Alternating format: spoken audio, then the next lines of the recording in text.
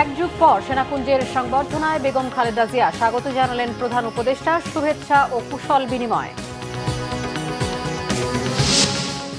সশস্ত্র বাহিনী দিবসে মুক্তিযুদ্ধে বীর সেনানীদের প্রতি রাষ্ট্রীয় শ্রদ্ধা, ৭১-এর পাশাপাশি ২৪-এর শহীদদের স্মরণ করলেন ডক্টর ইউনূস। নতুন নির্বাচন কমিশন গঠন, সিইসি হলেন সাবেক সচিব এএমএম নাসির উদ্দিন, বললেন প্রশ্নবিদ্ধ নির্বাচন নয়, ভোট হবে অবাধ সুষ্ঠু।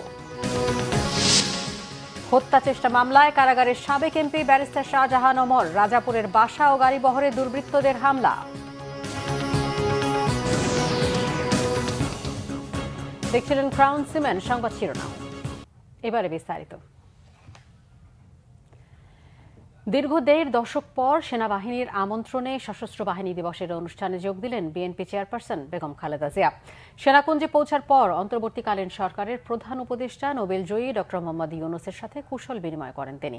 এর আগে বিকেল ৩:৩০টায় বেগম খালেদা জিয়ার গুলশানের বাসভবন ফিরোজা থেকে সেনাকুঞ্জের উদ্দেশ্যে রওনা করেন তিনি। বিএনপি চেয়ারপারসনের সুস্বাস্থ্য ও দীর্ঘায়ু কামনা করেন ডক্টর মোহাম্মদ ইউনূস। মুহিবুল্লাহ মুহিবের রিপোর্টে বিস্তারিত। দীর্ঘদিন পর জনসম্মুখে বেগম খালেদা জিয়ার এমন হাস্যোজ্জ্বল ছবি দেখল বাংলাদেশের মানুষ। ২০১০ সালে ১৩ নভেম্বর শহীদ প্রেসিডেন্ট জিয়াউর রহমানের স্মৃতি বিজড়িত মইনুল রোডের বাসা থেকে উচ্ছেদ করেছিল শেখ হাসিনা সরকার। সবশেষ ২০১২ সালের সশস্ত্র বাহিনী দিবসে যোগ দিয়েছিলেন বেগম জিয়া। এরপর দীর্ঘ ১.৫ দশক আর সেনানিবাসে যাননি বেগম খালেদা জিয়া। জুলাই আগস্টের গণ আন্দোলনে স্বৈরাচার শেখ হাসিনার পলায়নের পর বদলেছে প্রেক্ষাপট। স্বৈরাচার মুক্ত নতুন বাংলাদেশে এবার সশস্ত্র বাহিনী দিবসে হুইল চেয়ারে করেই সেনাকুঞ্জে পা রাখলেন ৩বারের সাবেক প্রধানমন্ত্রী বেগম খালেদা জিয়া। অসুস্থ শরীরে প্রচণ্ড মনোবল আর দেশের মানুষের ভালোবাসায় দীর্ঘদিন পরে মানুষ দেখল খালেদা জিয়ার হাস্যোজ্জ্বল মুখচ্ছবি।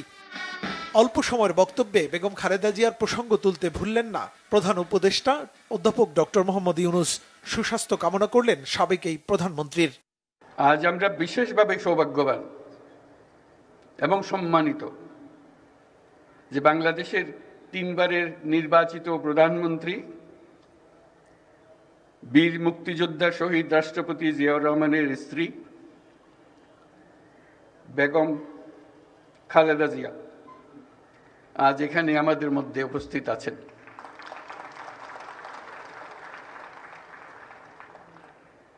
এক যুগ ধরে তিনি এই মহাসম্মেলনীতে অংশগ্রহণ করার সুযোগ পান নাই, আজকে সুযোগ পেয়েছেন। আমরা সবাই আনন্দিত এবং গর্বিত যে আমরা এই সুযোগ দিতে পেরেছি আপনাকে। শারীরিক অসুস্থতা সত্ত্বেও এই বিশেষ দিবসে সবার সঙ্গে শরীক হওয়ার জন্য আপনাকে আবারও ধন্যবাদ।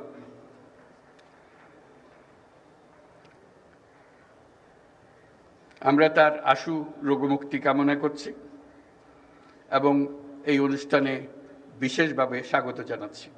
এর আগে বিকেল ৩:৩০টায় গুলশানের বাসভবন ফিরোজা থেকে সেনাকুঞ্জের উদ্দেশ্যে রওনা করেন বিএনপি চেয়ারপারসন। তাকে এক পলক দেখতে বাসভবনের সামনে নেতাকর্মীদের ছিল উপচে পড়া ভিড়। গ্রেফতারের আগে ২০১৮ সালে সিলেট সফর করেছিলেন BNP chairperson Begum Khaleda Zia. Muhibullah Muhib, Bangla vision, Dhaka.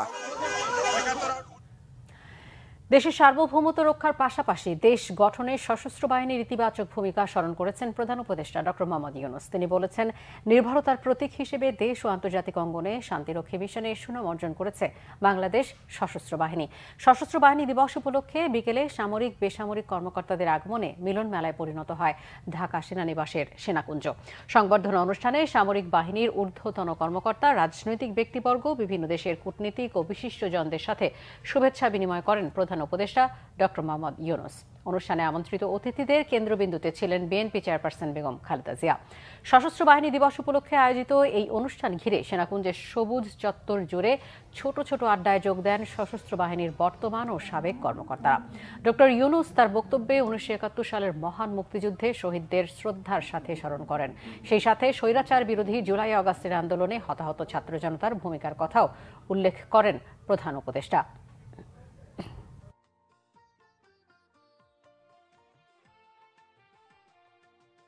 Bangladesh সশস্ত্র বাহিনী তাদের পেশাদারিত্ব এবং কর্মদক্ষতার মাধ্যমে দেশের সার্বভৌমত্ব রক্ষার পাশাপাশি গত ৩৬ বছর যাবৎ জাতিসংঘ শান্তি রক্ষা মিশনে দক্ষতা ও নিষ্ঠার সঙ্গে কাজ করে গেছে।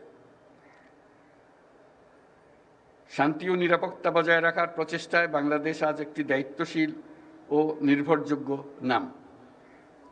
জাতিসংঘে আমাদের শান্তিরক্ষীরা ৪৩টি দেশে ৬৩টা ইউএন মিশন সফলতার সঙ্গে সম্পন্ন করেছে। বর্তমানে ১২টি মিশনে আমাদের শান্তিরক্ষীরা নিয়োজিত আছে।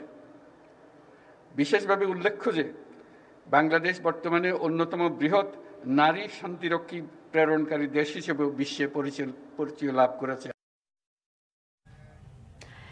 সশস্ত্র বাহিনী দিবসে মুক্তিযুদ্ধের বীর শহীদ সেনাদের শ্রদ্ধা জানিয়েছেন রাষ্ট্রপতি মোহাম্মদ শাহাবুদ্দিন ও অন্তর্বর্তীকালীন সরকারের প্রধান উপদেষ্টা ডক্টর মোহাম্মদ ইউনূস।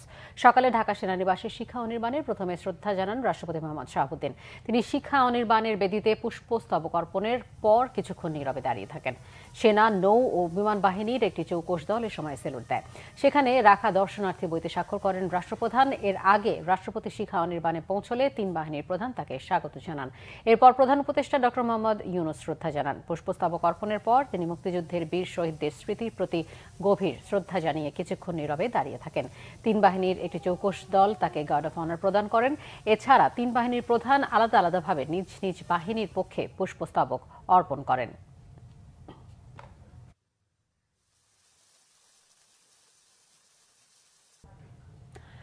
নতুন প্রধান নির্বাচন কমিশনার এএমএম নাসির উদ্দিন বলেছেন, গত 3টি জাতীয় নির্বাচনে মানুষ ভোট দিতে পারেনি। নির্বাচনের নামে প্রহসন হয়েছে, ভোটাধিকার ফিরিয়ে দেয়াই তার চ্যালেঞ্জ। নিয়োগ পাওয়ার এক প্রতিক্রিয়ায় সিইসি বলেন, প্রশ্নবিদ্ধ ভোট নয়, অবাধ, নিরপেক্ষ ও সুষ্ঠু নির্বাচনের দৃষ্টান্ত স্থাপন করা হবে। নির্ভুল, আনবায়াস কেন বললাম? আমি তো পত্রপত্রিকায় আপনাদের রিপোর্টে দেখি যে ভুয়া ভোটার, ফেক ভোটার্স হয়। এই জিনিসগুলো তো আমরা এনশিওর করবো যাতে না হয়। একটা perfect, proper, genuine voter list করাটা আমার মনে হয় আমাদের একটা প্রথম দায়িত্বের মধ্যে পড়বে।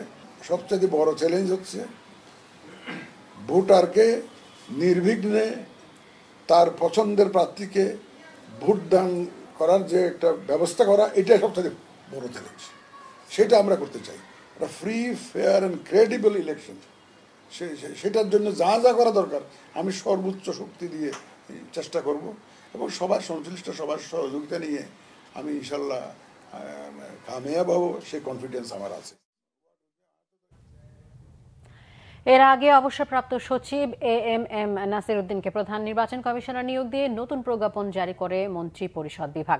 একই সঙ্গে আরও 4 কমিশনারকে নিয়োগ দেওয়া হয়েছে। 4 কমিশনার হিসেবে যারা নিয়োগ পেয়েছেন, সাবেক অতিরিক্ত সচিব মোহাম্মদ আনোয়ারুল ইসলাম সরকার, অবসরপ্রাপ্ত জেলা ও দায়রা জজ আব্দুর রহমান এল মাসুদ, সাবেক যুগ্ম সচিব তাহমিদ আহমেদ এবং অবসরপ্রাপ্ত ব্রিগেডিয়ার জেনারেল আবুল ফজল মোহাম্মদ সানাউল্লাহ। প্রধান নির্বাচন কমিশনার হিসেবে বিএনপি যে দুজনের নাম প্রস্তাব করেছিল তার মধ্যে এএমএম নাসির উদ্দিনের নাম ছিল। তিনি জ্বালানি ও খনিজ সম্পদ মন্ত্রণালয় এবং স্বাস্থ্য মন্ত্রণালয়ের সচিব ছিলেন। তিনি 2009 সালের জানুয়ারিতে অবসরে গেছেন। দেশের পরিবর্তিত পরিস্থিতিতে কাজী হাবিবুল্লাহ আওয়ালের নেতৃত্বাধীন নির্বাচন কমিশন পদত্যাগ করার পর নতুন কমিশন গঠনে সার্চ কমিটি গঠন করা হয়। ওই কমিটি ইসি গঠনে রাষ্ট্রপতির কাছে 10 জনের নাম দিয়েছিলেন। হত্যা চেষ্টা মামলায় কারাগারে সাবেক বিএনপি নেতা ব্যারিস্টার শাহজাহান ওমর বীর উত্তম, ঝালকাঠির জ্যেষ্ঠ বিচারিক হাকিম আদালতের বিচারক আফরোজা বিনতে শহীদ দুপুরে এই আদেশ দেন। পুলিশ জানায়, কাঠালিয়া উপজেলা ছাত্রদলের আহ্বায়ক রাকিবুল ইসলাম তুষারকে হত্যার প্রচেষ্টায় মামলায় তাকে গ্রেফতার করা হয়েছে। এর আগে বুধবার রাতে ঝালকাঠির রাজাপুর উপজেলা সদরের গোডাউন রোড এলাকায় শাহজাহান ওমরের মেহজাবিন নামের বাড়িতে হামলার ঘটনা ঘটে। এই খবর পেয়ে বৃহস্পতিবার সকালে বরিশাল থেকে রাজাপুর যাওয়ার পথে ঝালকাঠি ভান্ডারিয়া সড়কের পিংরি এলাকায় দুর্বৃত্তদের হামলার শিকার হন এই সাবেক সংসদ সদস্য। হামলাকারীরা তার ব্যবহৃত গাড়িটি ভাঙচুর করে। আহত হন শাহজাহান ওমর ও তার ড্রাইভার। পরে ভাঙা গাড়ি নিয়ে রাজাপুর থানায় অভিযোগ করতে গেলে বেলা 12:30টার দিকে পুলিশ তাকে গ্রেফতার করে।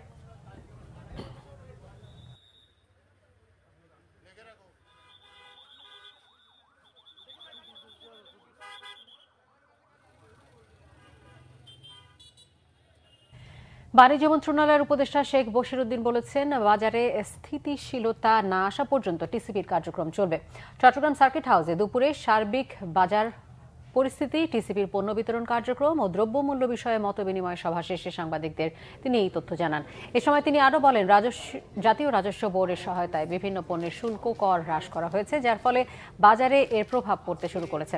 আগামী দিনগুলোতে ভোগ্যপণ্যের দাম কমতে শুরু করবে বলেও আশা করেন বাণিজ্য উপদেষ্টা শেখ বশিরউদ্দিন। জানান, বাণিজ্যে বেশি সংখ্যক মানুষের সংযোগ বাড়লে বাজারে সরবরাহ বাড়বে, প্রতিযোগিতা তৈরি হবে, ফলে গুটি কয়েক ব্যবসায়ীর কাছে বাজার জিম্মি থাকবে না। বাংলাদেশ ব্যাংকের সহায়তায় ব্যবসায়ীরা কি পরিমাণ এলসি খুলছেন, বাজারে কি পরিমাণ পণ্য সামগ্রী মজুদ রয়েছে, সেসব বিষয়ে তদারকি করছে বাণিজ্য মন্ত্রণালয়। সরবরাহে কোনো কৃত্রিম সংকট তৈরি করতে দেওয়া হবে না বলেও এ সময় হুঁশিয়ারি দেন তিনি।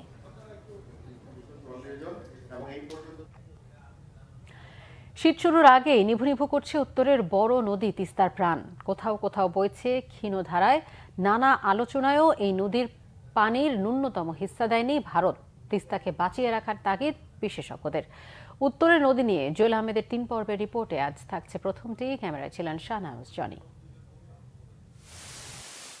তিস্তা পাড়ের আব্বাস আলী জীবনের 63 বসন্ত পার করেছেন। দেখেছেন এ নদীর রূপ যৌবন। চোখের সামনে বড় নদী মরে যাওয়ায় ভেঙেছে হৃদয়। শীতকালে তিস্তায় পানির ন্যায্য হিস্সা নিয়ে বাংলাদেশ ভারতের মধ্যে আলোচনা চলছে বহু বছর ধরে। চুক্তি কার্যকর না হওয়ায় ধুকে ধুকে মরছে এই নদী। অধিকার আদায়ে এবার অন্তর্বর্তী সরকারের দিকে তাকিয়ে নদী পাড়ের লাখো মানুষ।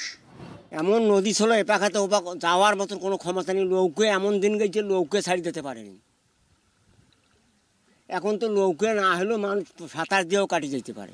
আমরা চাই যেন দ্রুত এই তিস্তা নদীর মহাপরিকল্পনার কাজটা যেন দ্রুত হয়। যে বর্তমান সরকার যদি আমাদের নদীটার কাজ করে দেয়, আমরা কিন্তু সুখে শান্তিতে থাকতে পারতাম।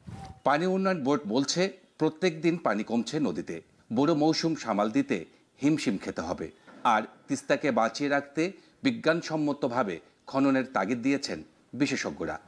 এই মুহূর্তে যেহেতু তিস্তা ক্যানালগুলোর সংস্কার কার্যক্রম চলমান রয়েছে, আমরা আশা করছি আগামী বছর আরও অতিরিক্ত 10,000 হেক্টর তিস্তার পানি ব্যবহার করে সেচ কার্য পরিচালনা করতে সক্ষম হব। এই নদীর দুই রকম পরিচর্যা দরকার, একটা হচ্ছে নিজদেশীয়, একটা হচ্ছে দ্বিদেশীয়। আমাদের নিজদেশীয় ব্যবস্থাপনায় এই নদীর বিজ্ঞানসম্মত পরিচর্যা করা অত্যন্ত জরুরি হয়ে পড়েছে।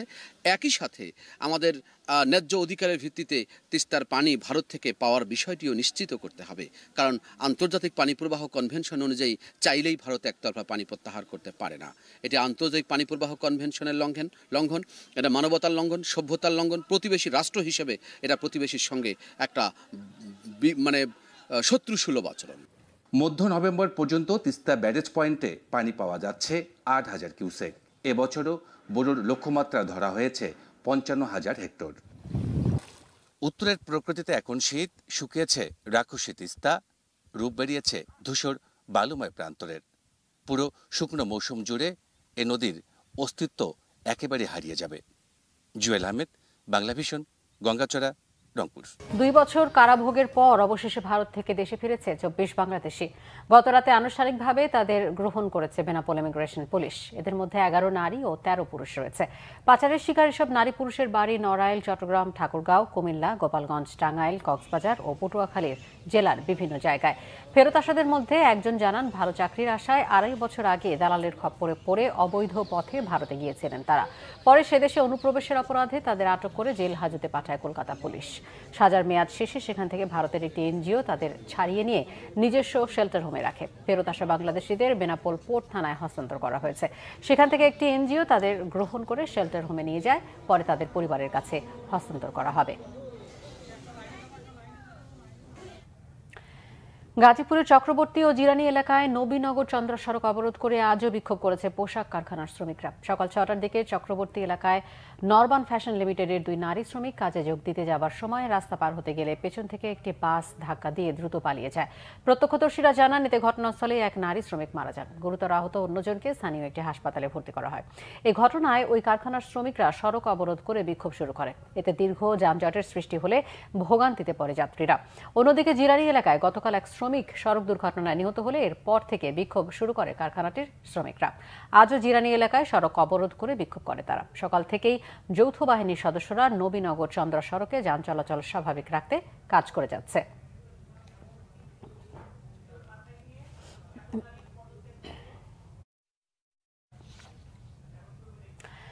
ইন্টার্নশিপ বহাল সহ 4 দফা দাবিতে বাগেরহাটে আন্দোলন অব্যাহত রেখেছে মেডিকেল অ্যাসিস্ট্যান্ট ট্রেনিং স্কুল ম্যাথসের শিক্ষার্থীরা। অনির্দিষ্টকালের জন্য ক্লাস পরীক্ষা বর্জনের ঘোষণা দিয়েছেন তারা। সকালে ক্যাম্পাস থেকে বিক্ষোভ মিছিল নিয়ে খুলনা বাগেরহাট মহাসড়কের পুলিশ সুপার কার্যালয়ের সামনে অবরোধ করে বিক্ষোভকারীরা। 30 মিনিট ধরে সড়ক অবরোধ করে রাখে তারা। এতে সড়কের দুই পাশে দীর্ঘ যানজটের সৃষ্টি হয়। পরে সেনাবাহিনীর হস্তক্ষেপে অবরোধ তুলে নেন শিক্ষার্থীরা।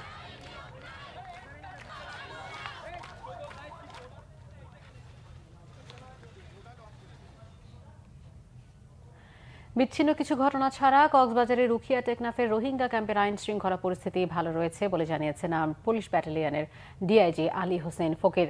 তিনি জানান, ক্যাম্পের চলমান কার্যক্রম জাতিসংঘ প্রতিনিধিদের কাছে তুলে ধরা হয়েছে। জাতিসংঘের প্রতিনিধি সহ রোহিঙ্গা ক্যাম্প পরিদর্শন শেষে সকালে কক্সবাজারে পুলিশ অফিসার কোয়ার্টার হল রুমে সভায় তিনি আরও বলেন, বাংলাদেশে আশ্রিত 12 লাখের বেশি রোহিঙ্গা জনগোষ্ঠীর নিরাপত্তা নিশ্চিতে সরকার বদ্ধপরিকর। তিনি বলেন, কক্সবাজারের 2 উপজেলার 32টি রোহিঙ্গা ক্যাম্পে অনেক ঝুঁকি নিয়ে আইন শৃঙ্খলা বাহিনীর কাজ করতে হচ্ছে।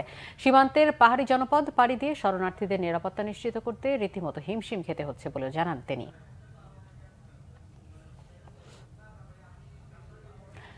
দেশের বিভিন্ন জায়গার আরো কিছু খবর নিয়ে এবারে রয়েছে ডেস্ক রিপোর্ট।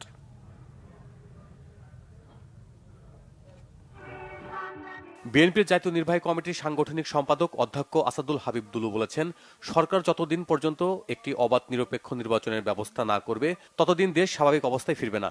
বিকেলে লালমনিরহাটের বড় বাড়ি শহীদ আবুল কাশেম কলেজ মাঠে শহীদ জিয়া স্মৃতি ফুটবল টুর্নামেন্টের যোগ দিয়ে তিনি এসব কথা বলেন। কুষ্টিয়ায় আগামী ছাত্র রাজনীতি ও বাংলাদেশ বিষয়ক মত বিনিময় সভা করেছে ছাত্রদল। দুপুরে কুমারখালী সরকারি কলেজে সবাই উপস্থিত ছিলেন কেন্দ্রীয় ছাত্রদলের সহ সভাপতি ডাক্তার তহিদুর রহমান আওয়াল। মাদক ও কিশোর গ্যাং থেকে নতুন প্রজন্মকে ফিরিয়ে আনতে জিয়া ক্রিকেট টুর্নামেন্টের শুরু হয়েছে পিরোজপুরে। সকালে জেলা স্টেডিয়ামে এ সময় উপস্থিত ছিলেন জেলা বিএনপির আহ্বায়ক Mohammad Alamgir Hossain. Free medical camp হয়েছে টাঙ্গাইলে। কেন্দ্রীয় বিএনপির প্রচার সম্পাদক সুলতান সালাউদ্দিন টুকুর ব্যবস্থাপনায় মেডিকেল ক্যাম্পটির উদ্বোধন করেন কেন্দ্রীয় যুব দলের নির্বাহী কমিটির সাবেক সদস্য সৈয়দ টিটু। নির্বাচনের জন্য প্রয়োজনীয় দপ্তরগুলোকে সংস্কার করে রোডম্যাপের দাবি জানিয়েছেন জাতীয় পার্টির কো চেয়ারম্যান ও রংপুর সিটির সাবেক মেয়র মোস্তাফিজুর রহমান মোস্তফা। দুপুরে দলটির বিভাগীয় প্রতিনিধি সভায় তিনি এ দাবি করেন। সশস্ত্র বাহিনী দিবস উপলক্ষে চট্টগ্রাম নেভাল বার্থে সর্বসাধারণের জন্য উন্মুক্ত করা হয়েছে নৌবাহিনীর যুদ্ধজাহাজ। দুপুর 2টা থেকে সূর্যাস্ত পর্যন্ত পরিদর্শনের সুযোগ পান দর্শনার্থীরা। সাব চ্যাম্পিয়ন বাংলাদেশ নারী দলের 3 খেলোয়াড়কে সংবর্ধনা দেওয়া হয়েছে ঠাকুরগাঁয়ে। জেলার স্বপ্নারানী কোহাতি কিসকু ও সাগরিকাকে সংবর্ধনা দেন জেলা প্রশাসক ইশরাত ফারজানা। এদিকে সাতক্ষীরায় 3 নারী ফুটবলারকে সংবর্ধনা দেওয়া হয়েছে। অধিনায়ক সাবিনা খাতুন, ডিফেন্ডার মাসুরা পারভিন ও আফাইদা খন্দকারকে সংবর্ধনা দেন জেলা প্রশাসক মোস্তাক আহমেদ। রেড ক্রিসেন্টের সহায়তায় শীত বস্ত্র বিতরণ করা হয়েছে কক্সবাজারে। চকরিয়া উপজেলার হারবাং এলাকায় এতে উপস্থিত ছিলেন সংযুক্ত আরব আমিরাতের দূতাবাসের ফরেন অ্যাফেয়ার্স ডিভিশনের পরিচালক রাশেদ মোহাম্মদ আল জিয়াবি। সাংবাদিকের উপর হামলার প্রতিবাদে বিক্ষোভ ও মানববন্ধন হয়েছে রূপগঞ্জে। দুপুরে ঢাকা সিলেট ও ঢাকা বাইপাস মহাসড়কে এই কর্মসূচি পালন করে স্থানীয়রা। Bangla vision news desk. সংবাদ শেষ করব ক্রাউন সিমেন্ট শিরোনামগুলো আরো একবার জানিয়ে।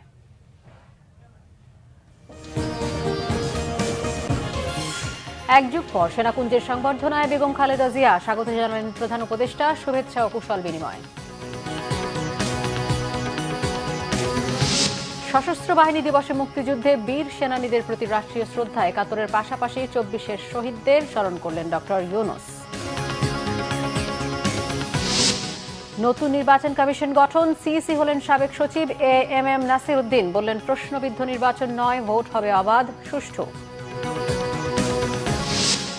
হত্যা চেষ্টা মামলায় কারাগারের সাবেক এমপি ব্যারিস্টার শাহজাহান ওমর, রাজাপুরের বাসা ও গাড়ি বহরে দুর্বৃত্তদের হামলা। এই ছিল এখনকার মতো। পরের সংবাদ সন্ধ্যা 7:30 দেখার আমন্ত্রণ রইল। এছাড়া বাংলা ভিশন সংবাদ সংশ্লিষ্ট অনুষ্ঠান দেখতে ভিজিট করুন www.bbnews24.com, facebook.com/banglavisionnews এবং সাবস্ক্রাইব করুন youtube.com/banglavisionnews। ধন্যবাদ সবাইকে।